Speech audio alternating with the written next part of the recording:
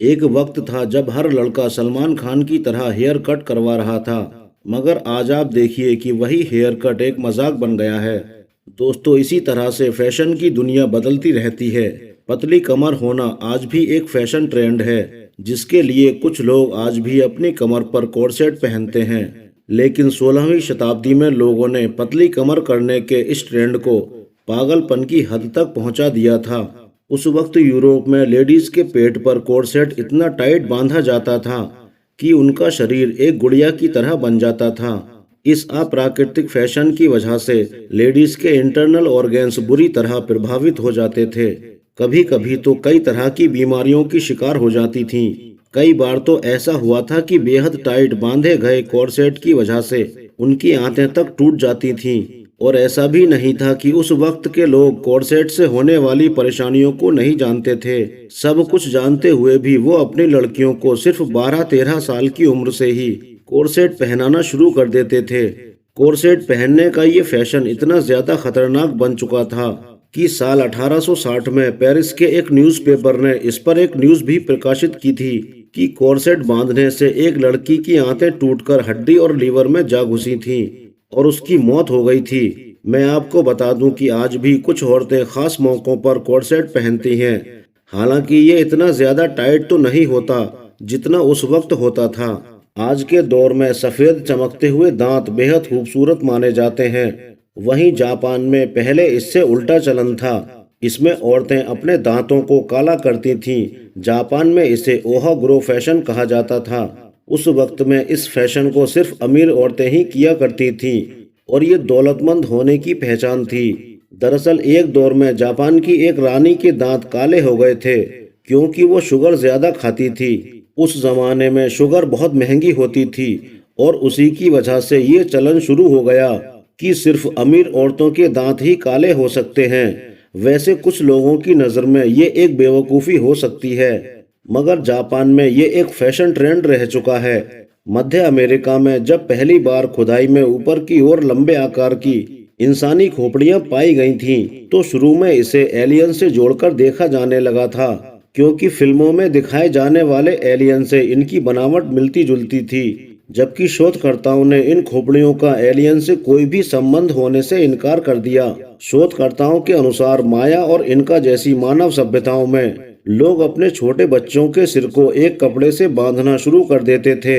धीरे धीरे उनके सिर का साइज लंबा हो जाता था। अब ये उनका फैशन भी था और स्टेटस सिंबल भी। दरअसल जिसकी खोपड़ी जितनी ज्यादा लंबी होती थी उसे कबीले में एक स्पेशल इंसान के तौर पर देखा जाता था। लेकिन शोधकर्ताओं की ये बातें सिर्फ एक थ्योरी ही है। इनका कोई पक्का सबूत किसी के पास नहीं है कि उन लोगों की खोपड़ियां कैसे और क्यों लंबी की गईं। लेकिन वैज्ञानिकों की इस थ्योरी का इनकार करने की भी कोई ठोस वजह किसी के पास नहीं है। टाइट कपड़े पहनने वालों को थोड़ी परेशानी तो होती है, मगर चूंकि फैशन है तो करना तो पड़ता ही है। मगर क्या आप जानते हैं कि फैशन के नाम पर लोग किस किस तरह की तकलीफें उठाते हैं? तो इसका जवाब आपको चीन की औरतों के पास मिलेगा, जिन्होंने पूरी जिंदगी अपने पैरों को कसकर कपड़ों से बांधकर रखा। अब ये भी फैशन रह चुका है कि औरतों के पैरों का साइज 10 सेंटीमीटर यानी लगभग 5 इंच से ज्यादा नहीं होना चाहिए। 20वीं शताब्दी की शुरुआत तक चीन में रईस लोगों की बच्चियों के पैरों को बचपन ही से कपड़े की पट्टियों से जकड़कर बांध दिया जाता था।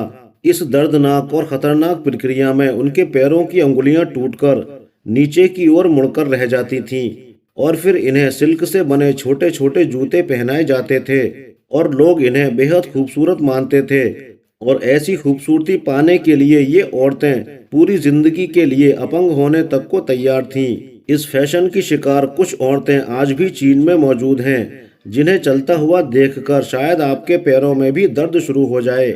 दोस्तों, अगर हम चीन की पुरानी ऐतिहासिक तस्वीरों को देखें तो सबसे पहले हमारी नज़र उनके अजीबोगरीब कपड़ों पर पड़ेगी और इन कपड़ों के बाद इनके नाखूनों पर। हालांकि लंबे नाखूनों का फैशन तो आज भी है, लेकिन पिछले ज़माने में चीन की औरतें पूरी जिंदगी अपने नाखूनों को ना काटकर लंबे होने देती थीं। उस दौर में बड़े बड़े लंबे नाखून अमीरी और स्टेटस सिंबल की पहचान माने जाते थे, क्योंकि गरीब औरतें घर का काम, खेती का काम और मेहनत मजदूरी किया करती थीं। इसीलिए वो अपने नाखून नहीं बढ़ा सकती थीं। मतलब ये कि अगर आपके नाखून लंबे हैं तो लोग देखकर ही समझ जाते थे कि ये अमीर घराने से हैं। इसी तरह से उस वक्त दौलत के नशे में डूबी हुई ज्यादातर चीनी औरतों के नाखून 10 से 15 सेंटीमीटर तक लंबे होते थे। लॉन्ग हॉर्न मियाओं की एक छोटी सी जनजाति की आदिवासी औरतें अपने सिर पर लगभग 5 से 6 किलो वजन के बालों को लिए घूमती हैं ताकि वो अपने कबीलों में खूबसूरत दिख सकें। हालांकि ये सारे बाल उनकी अपने सिर की पैदावार नहीं होते, बल्कि उनके पूर्वजों के होते हैं जो पीढ़ी दर पीढ़ी इनकी नस्लों में चलते रहते हैं, जिन्हें सिर पर बांधने के लिए लकड़ी की डंडी के साथ ऊन का प्रयोग भी किया जाता है और फिर ये ऐसा दिखने लगता है।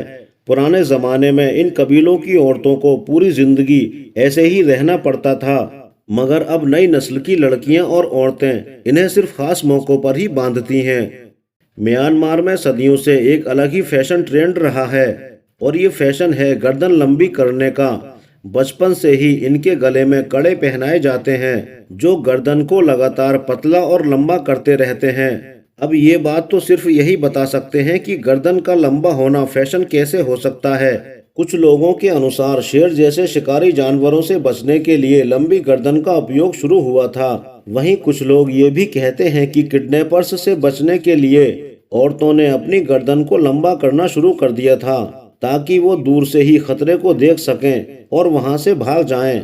अब वजह चाहे कुछ भी रही हो, लेकिन ये बात तो तय है कि इस फैशन से गर्दन की हड्डियों और मांसपेशियों पर बुरा असर पड़ता है। लेकिन इन सब के बावजूद आज भी ये औरतें इस फैशन को अपनाए हुए हैं। दोस्तों, ये आपने इंसानी इतिहास और वर्तमान के कुछ अजीबोगरीब फैशन ट्रेंड देखे। अब इनमें से आपको सबसे अजीब फैशन कौन सा लगा, कमेंट्स करके ज़रूर बताइएगा। और अगर आप चैनल पर नए हैं तो इसको सब्सक्राइब भी कर लीजिए।